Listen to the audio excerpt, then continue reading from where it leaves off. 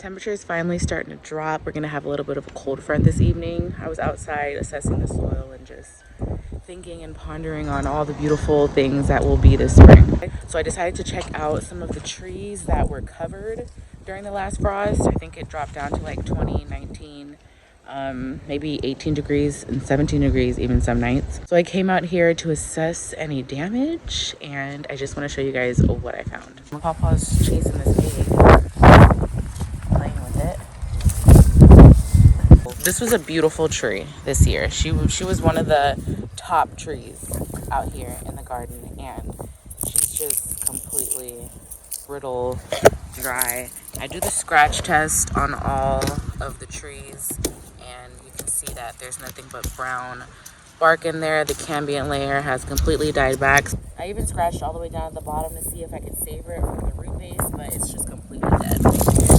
So this guy is done. We have to dig this one out.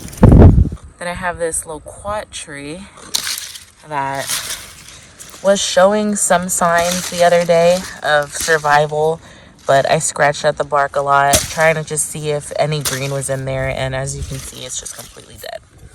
Same thing with this Meyer lemon tree, which is sad. It was also its first year in the ground. All these trees that died, it was the first year, and the frost just came through and just completely killed all of our young trees. I'm really not mad about it because I knew that that was a chance that I was taking by planting these trees. Years and years ago, this area could take a lot of subtropical plants. We had the right temperatures, we had the right environment, but over these last couple years, the weather has just taken a crazy change.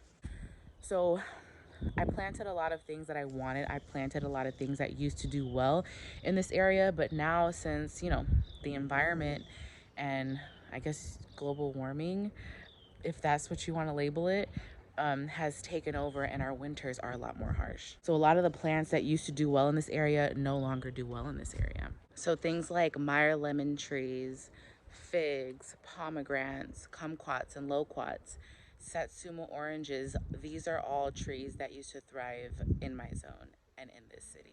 So like I said, our winters are changing, and if you plant these trees in the ground, a lot of them are dying when we have these harsh frosts.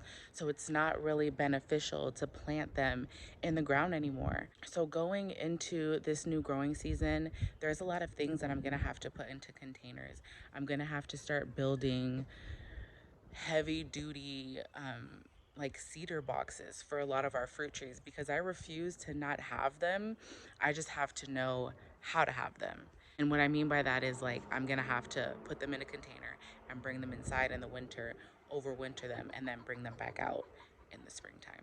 There are also some flowers and shrubs and things that I would like to have, but they're supposed to be hardy, but when it comes down to the frost coming, they always die.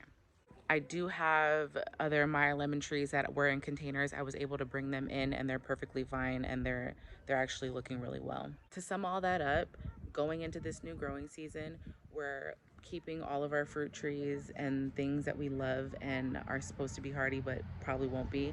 We're keeping them all in containers. And the second part of that is we're not planting anything or buying any seeds or flowers or shrubs or anything for the garden that isn't super frost hardy.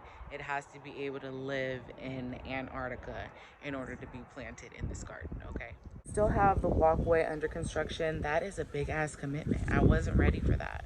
I still have to complete this whole entire walkway. You see where I stopped? I just need to go pick up some more concrete and just really just get it done. And then I have this flower bed that's sitting. We still need to add compost and some amendments to that. That one over there is sitting. I'm gonna add a cool little area over here. It's gonna be really cute. I don't want to say anything yet because I'm still brainstorming on it, but that's gonna be another flower bed area, but I think it's gonna have a division in the middle, and it's gonna be a little area for me, mommy time. I do want to get y'all's feedback on a couple things. I haven't decided what I want to put in these two beds. These are kind of the two beds that sit in front of the enclosed garden. So these are really special to me because this is like where the show happens.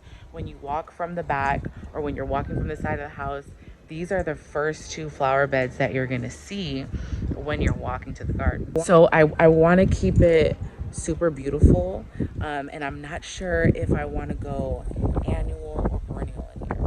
I want to go annual because that leaves me the flexibility of changing it up every year. But then I also want to go perennial because I won't have to replant every year.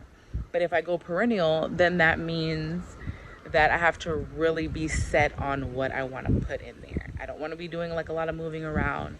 Once the perennial is established, I want to give it time to, grow and thrive. So I need y'all's help with that. What do you think about these two in the front? Oh, there's Pawpaw. What do you think? Perennial or annual? All right, so I just want to leave you guys with that thought.